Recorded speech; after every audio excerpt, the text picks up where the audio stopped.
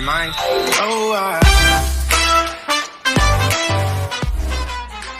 Hello guys, welcome back to my YouTube channel travel India with AK. ఇవాళ మన friends అందరం కలిసి శ్రీశైలం జ్యోతిర్లింగం అయితే వెళ్తున్నాము. చాలా రోజుల నుంచి అనుకుంటున్నాం కానీ ఫైనల్ గా ఇవాళ అయితే మనకి అందరికి టైం కుదిరిందని పోతున్నాము. ఇక ముందు ముందు మీకు చూపిస్తాను మొత్తం మన శ్రీశైలం ట్రిప్ ఎలా ఉంటుందో. చలో గైస్.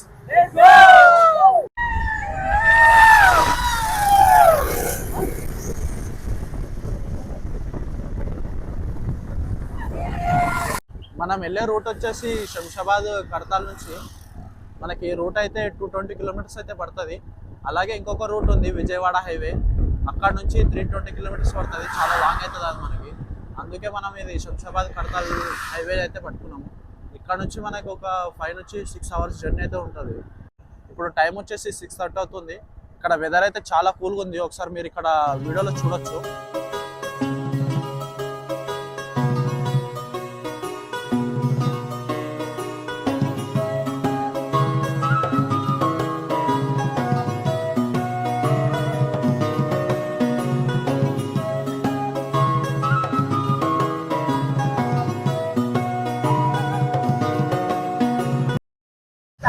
ఆల్మోస్ట్ మనము హైదరాబాద్ నుంచి 60 కిలోమీటర్స్ లాంగ్ అయితే వచ్చినాము.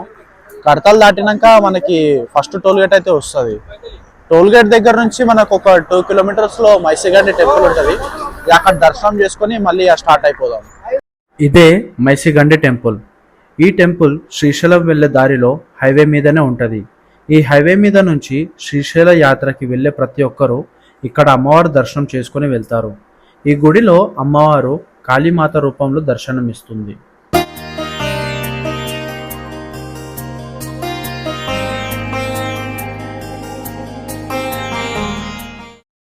ఇప్పుడు మన నెక్స్ట్ స్టాప్ వచ్చేసి దిండి డ్యామ్ రిజర్వాయర్. హైదరాబాద్ నుంచి 120 కిలోమీటర్స్ ఉంటుంది. అలాగే మైసిగండి నుంచి 60 కిలోమీటర్స్ ఉంటుంది.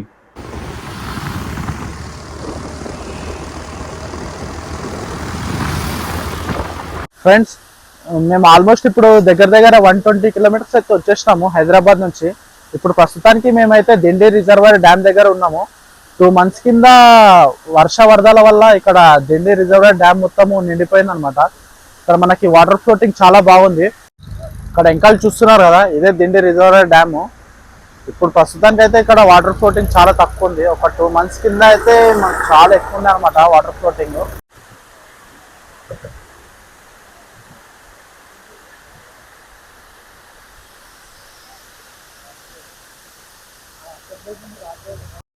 దిండి రిజర్వాయర్ డ్యామ్ చూసుకున్న తర్వాత మేమైతే శ్రీశైలం అయితే స్టార్ట్ అయినాం.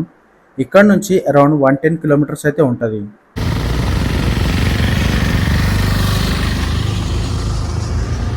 ఫ్రెండ్స్, ఇప్పుడే మనం నల్లమల్ల ఫారెస్ట్లోకి అయితే ఎంటర్ అయినాము. ఇది ఎంకాలు చూస్తున్న చెక్ పోస్ట్ ఉంది కదా, ఇది ఈవినింగ్ 6 నుంచి మార్నింగ్ 6 వరకు క్లోజ్ చేసి ఉంటుంది. ఇది మార్నింగ్ 6 తర్వాతనే ఏ వెహికల్ వెళ్ళాలన్నా కూడా మార్నింగ్ 6 తర్వాతనే వెళ్ళాలి. ఏదైనా వెహికల్ ఎమర్జెన్సీ ఉంటే కానీ మనకు లోపల అలౌ చేయనివారు. ఒకవేళ మన వెహికల్స్ వస్తే కానీ చెక్ పోస్ట్ దగ్గరనే ఆపేస్తారు. మార్నింగ్ 6 తర్వాతనే మనం లోపలికి వెళ్ళాల్సి ఉంటుంది. ఇక్కడ నుంచి మనకి టెంపుల్ ఒక 80 కిలోమీటర్స్ వరకు ఉంటుంది.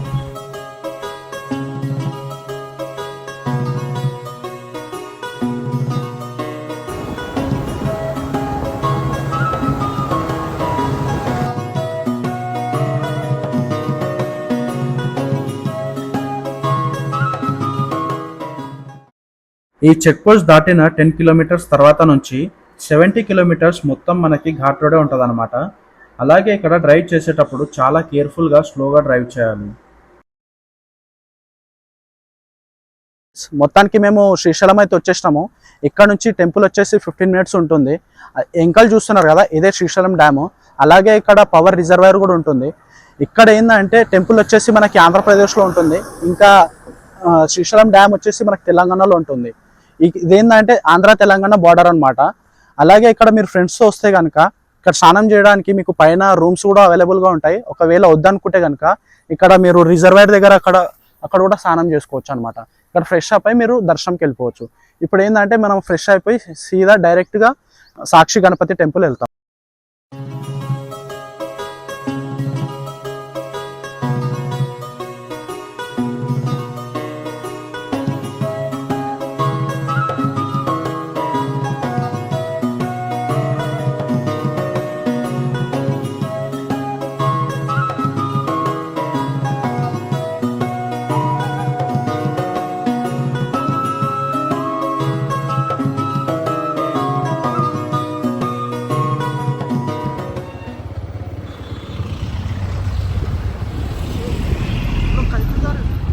ఫ్రెండ్స్, ఇప్పుడే మనం సాక్షి గణపతి టెంపుల్కి వచ్చినాము.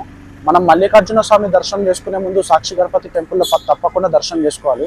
అది ఎందుకు చేసుకోవాలంటే నేను మీకు మన దర్శనం అయిపోయినాక నేను మీకు చెప్తాను. సాక్షి గణపతి ఆలయంలో గణపతి ఆసీన రూపంలో కొలువై భక్తులకు దర్శనం ఇస్తారు. సాక్షి గణపతి శ్రీశైల యాత్రకు మొదటి సాక్షి. భక్తులు శ్రీశైల మహాక్షేత్రాన్ని దర్శించినట్లు కైలాసంలోని శివుని దగ్గర సాక్ష్యం చెప్తాడు కనుక ఈ స్వామిని సాక్షి గణపతిగా పిలుస్తారు.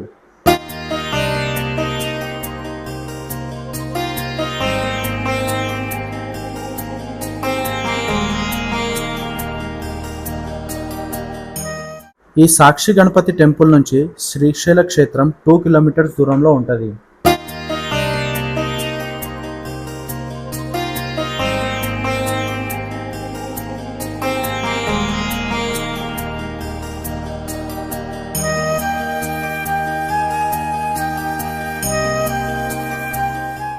గుడి లోపల ఎలాంటి లగేజ్ ఇంకా ఎలక్ట్రానిక్ ఐటమ్స్ అయితే అలౌ చేయరు. గుడి ఎంట్రన్స్ ముందే మనకి లాకర్స్ ఉంటాయి. అక్కడ ఒక్క బ్యాగ్కి 20 రూపీస్ ఇంకా ఒక్క ఫోన్కి 10 రూపీస్ ఛార్జ్ చేస్తారు.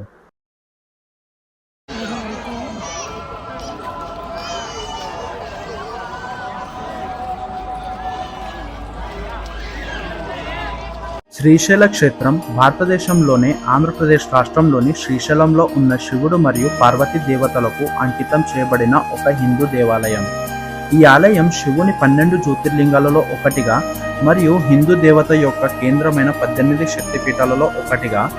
ఇది శైవిజయం మరియు శక్తివతం రెండిటిలోని హిందూ విభాగాలకు ముఖ్యమైనది. శివుడు మల్లికార్జునుగా పూజిస్తాడు, ఇంకా లింగం ద్వారా ప్రాతినిధ్యం వహిస్తాడు. శివుడు భార్య పార్వతి భ్రమరాంబ దేవిగా చిత్రీకరించబడింది.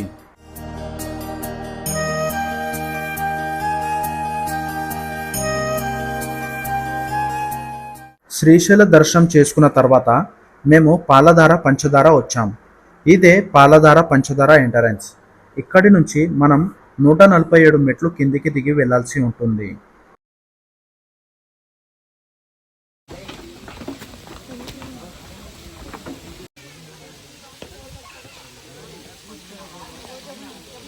ఇదే పాలధార పంచదార. పాలధార పంచదార అంటే పాలు చక్కెర అని అర్థం కాదు. ఇటు లెఫ్ట్ సైడ్ ఉన్నది పంచదార, రైట్ సైడ్ ఉన్నది పాలధార. సంస్కృతంలో పాలము అంటే నుదురు. మహాశివుని నుదుటిపై నుంచి ఈ ధార ఉద్భవించింది కాబట్టి దీన్ని పాలధార అంటారు. పంచదార అంటే సంస్కృతంలో పంచము అంటే 5 అని అర్థం. ఇక్కడ 5 ధారాలుగా నీళ్లు పడుతుంది. ఇక్కడ ప్రత్యేకత ఏంటంటే ఈ ధార ఎక్కడి నుంచి వస్తుందో అనేది ఎవ్వరికీ తెలీదు. ఇప్పుడు మేము శ్రీశైల శిఖరం వచ్చాం. శ్రీశైలం క్షేత్రం నుంచి 5 కిలోమీటర్ దూరంలో ఈ ఆలయం ఉంది. పార్కింగ్ ఏరియా నుంచి శిఖరం వెళ్ళడానికి మనం కొన్ని మెట్లు ఎక్కాల్సి ఉంటుంది. ఇక్కడ శిఖర దర్శనానికి 10 రూపాయల టికెట్ ఉంటుంది. ఇది శిఖరేశ్వర ఆలయం. ఇక్కడ శిఖరం పైన నందీశ్వరుడు ఉంటారు. ఆయన కొమ్ముల్లో నుంచి ఇలా శ్రీశైల ఆలయం దర్శనం చేస్తే మోక్షం లభిస్తుందట. మరో జన్మ అనేది ఉండదని చెప్తారు. ఇక్కడితో మా శ్రీశైలం జ్యోతిర్లింగ్ యాత్ర అయిపోయింది. ఇంకా ఇలాంటి ట్రావెల్ వీడియోస్ కోసం మన ఛానల్ని సబ్స్క్రైబ్ చేయడం మర్చిపోకండి. Thank you.